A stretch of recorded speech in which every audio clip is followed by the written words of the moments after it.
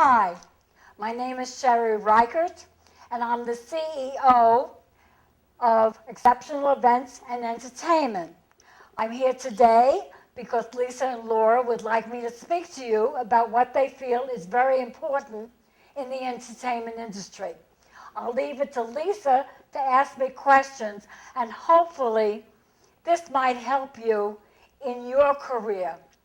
Thank you so much for having me. Actually, I started as an extra, like a lot of you, okay? And I enjoyed it immensely. I think I have done at this point maybe 30 or 40 extra jobs, which in turn has helped me to empathize with all the extras out there, actually background people. Remember, without the extras, there is no scene. You're very, very important to us.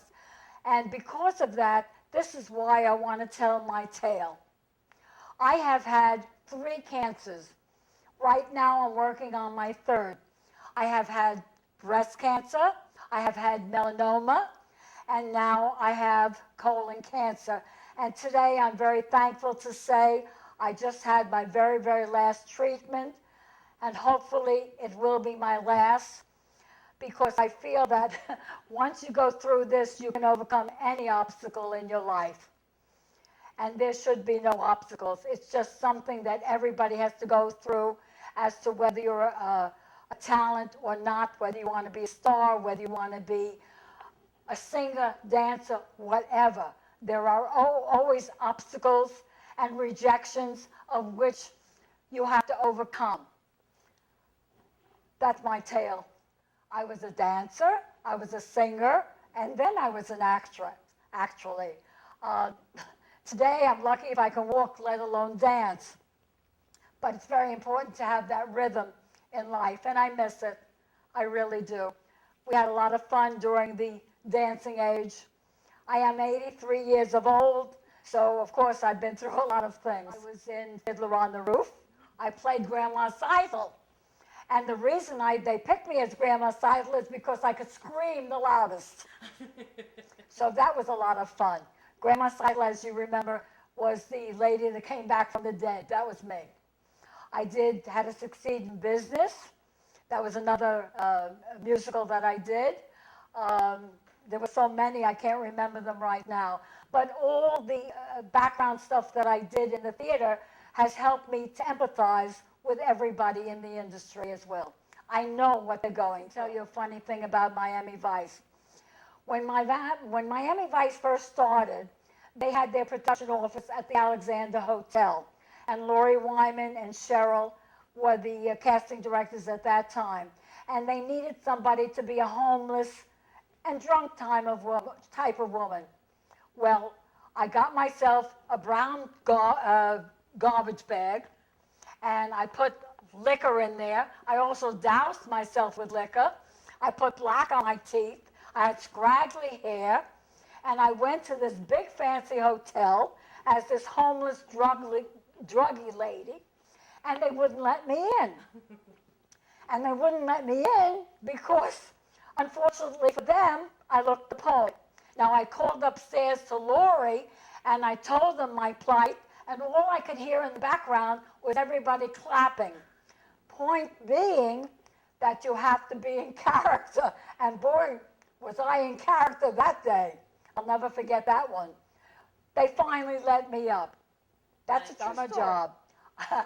I played a tough cook with a cigar in the mouth, okay? That was a fun job. How'd you get that role? That was through marquee casting. Oh, here's a funny story on that one. I went for 3 callbacks.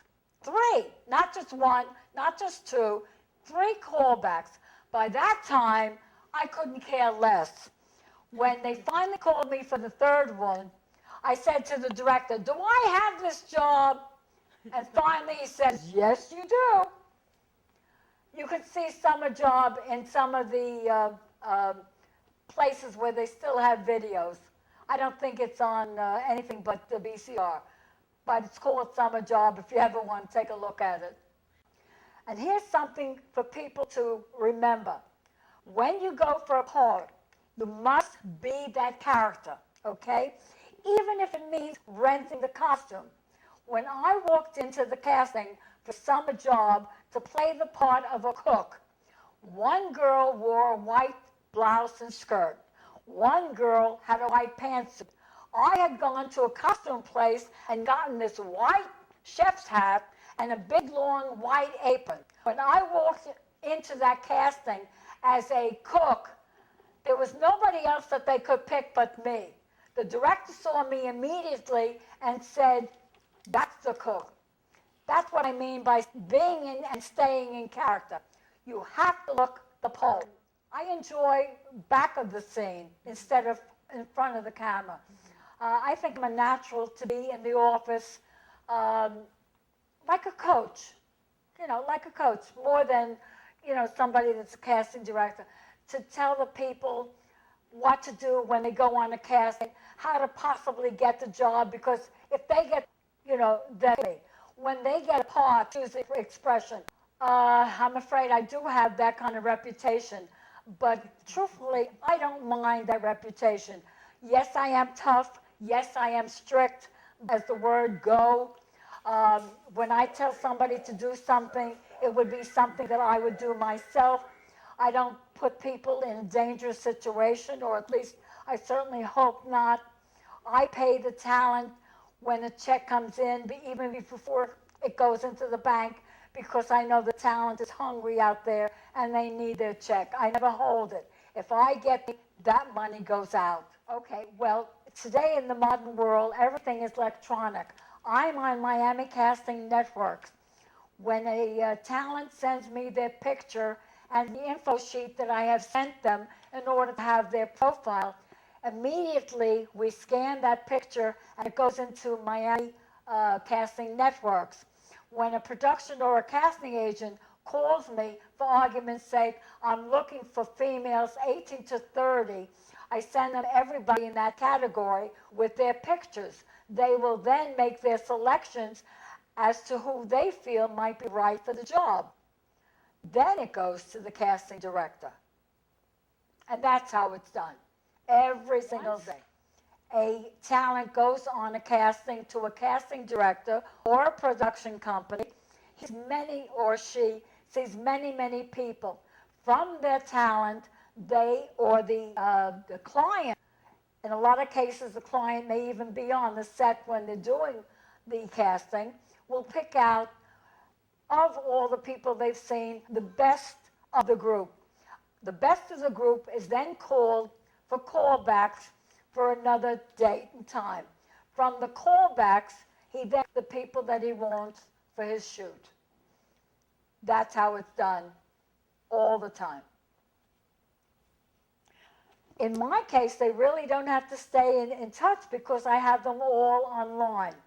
I have close to 2,000 people right now, all over the state, including children. I have males, females, children of all ethnicities, and they are all up on Miami Casting. Send everybody out that will fit the category. And the ones that want to go on the castings, of course, are the ones that make themselves available. And when they're available, they have to go to the casting and go through the whole thing of doing the casting, hopefully doing their very, very best, being up there, being ready, being available, and do the very best they can until next casting. And that's how you do it day in and day out. Do the very best you can. It's like anything else in life. If you buy something cheap, you're going to sell cheap. What I recommend that you do is go to the best photographer you can, even if it means more money, because so many people start out as the cheapest photographer. Then they find out it's not going to work for them. They go to the next one, which is also a cheap one. And by the time they go to the most expensive place and save themselves money, get the picture that's going to pop out, and when the casting or production person sees that picture, that's what's going to be picked. Very important. It really is. By the way, when you take a good picture, make sure that you pay for makeup. That's important too. You don't realize how important that is until you haven't had a picture where your makeup is done. Makeup artists know how to bring out the very best in you. Make sure you pay extra for a makeup artist. in the long run, you'll be happy you did. If you've been in business for a while, you will start getting a resume. I recommend that you start a resume, including extra, as soon as you can, and build up as time goes on. Now, we have everybody that has a resume on Miami Network Casting. And when they ask for people for a speaking part, we go to the talent that have a resume. So if you want to do more than extra work, then you must have your resume up. And every time we have a talent that has a resume, we make sure we show them how to upload their resume so it's on. Now remember nothing. We never charge for this service. We are taking our time, our effort to be able to put you up on Miami Casting Network with your picture, with your network, with your video for no charge whatsoever. That's important to know. An agent will only charge you their commission when you work. Never, never pay anything beforehand for working on a set until you get paid. I never collect a commission until that talent has gotten paid. Now, many times the check will come either from the production company or agent, a casting agent, or wherever, to the talent. If it comes to the talent, then that talent has to know they should pay their talent agent in a very quick time. That agent won't forget them. That's important. If it comes to the agent will pay that talent their commission. That's how it's done. I don't believe in lying. I do tell the truth. If they don't want to hear it, well, unfortunately, they really shouldn't be in the business. Not being mean, that's teaching. I have people that came to me that did a job on Facebook in which they liked the idea that I said thumbs down when they did something I didn't like. If you can't take comments, then you should not be in the business. It's really as simple as that. You either learn or you want to listen to the bullshit. That's up to you. I don't do it. I don't believe in it. If you want the truth, I will the truth. If you don't like it, or I should say you don't like it, I don't mean lack it. Both. If you don't like it, well, that's just too bad. But if you come to me and ask advice that I can do personally, I'll be very happy to. But don't take my time. Thank you. Well, the expression on the hamburger and steak thing is very simple. Hamburger is when you're going and doing shoots that don't pay that very much money, that kind of thing. But there are days I have good castings. Well, I shouldn't say basically because I'm not a casting director. I'm a talent agent. But there are days that I have shoots that don't pay that well. And then there are a lot of castings that come around that do pay very well. That's the way the business is. But if you take the ones that are less expensive, then you're not entitled to the ones that pay more. You have to work your way. And that's working your way. You take the little stuff and grow from there. You have to grow. We all do. We all have business some days or some days that are not good. Go with the flow. That's all. It's as simple as that. My first agency that I owned, and that I bought from Rita Turner, who used to be in business. Unfortunately, she passed away. She taught me a lot. She had classes. And by the way, I was an actress first. When I was taking classes from Rita, she gave me the most flattering thing I've ever heard. She said, "You're a natural." That was very, very nice to hear. That meant when I went and did a shoot, I was me. Always be you. Don't try to be somebody else. Get the very best you can to bring out you, which I mentioned before. Be natural. Okay, first of all, when you do a shoot as background extra, okay, you're very important. Remember that. You're not just an extra, because without you, there is no scene. They need the extras. That's part of the movie. When you go there, always bring choices of clothes so that the wardrobe person can pick out the very best for your wardrobe. Come camera ready if they tell you to be camera ready. That means hair and makeup done before you go on the set. Go on the set, be quiet, because they are working. Take a book with you. Read if you want to read. Just don't be outward. Don't take pictures of the stars, because that takes away time from them. You can talk to other people. And let me tell you, in my experience, I have made the best friends over the years on people that I've met on the set. It's a lovely meeting people, especially with common. It's fun. Treat it as fun. Okay, talking about that, I spent 30 days on one set, and the name of the set was called Let It Ride. This is something very funny. I was supposed to play as an extra. Well, I don't know whether I would call her drunk or homeless, but something like that, where she bet on the ponies and all that. And I'll never forget going to that set. I wore a purple halter. And when I went on that set, the wardrobe person said, "Oh my God, the director's going to hate that." And she pulled me on the side, and I'm waiting there in the hot sun with my clothes in this purple halter set. 5 minutes later, this big, tall, well-known, that I found out in Hollywood, director, long, and he's throwing a football at somebody else, and he sees me, he points at me, and he says, "I want that lady," and he puts me up front, and I was on that movie in that purple halter for 30 days. Never changed that halter. Of course, I washed it, but the same halter for 30 days. Let me tell you an experience. We had to be at the highlight. I think it was called the Highlight Racetrack. I don't think it's in existence anymore. But just to tell you how important it is, at 5:30 at the Hialeah Racetrack.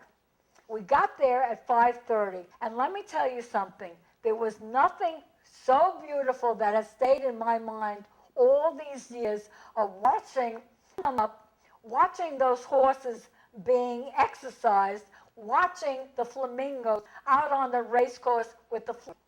Now, I never thought of it as being there at 5:30. I never thought of it as being an extra. I thought of how lucky I was to be able to see this beautiful sight that has stayed with me for so many years. I hope that you, as extras, when you go on set, look at it, at beauty that you're experiencing. That's my advice to you guys.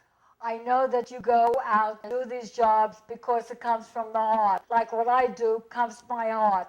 All I can wish you is the very, very best in your ventures into the entertainment world. I hope the very, very best for you. I hope that some of the things that I have told you will help you, because I mean it from the very bottom of my heart. And by the way, if you think that anything I ever have told you has helped you, and you would like to come to Exceptional Events and Entertainment, it's very simple. Just send me your email to my email, which is FabFrankAppleBettySherry@AOL.com.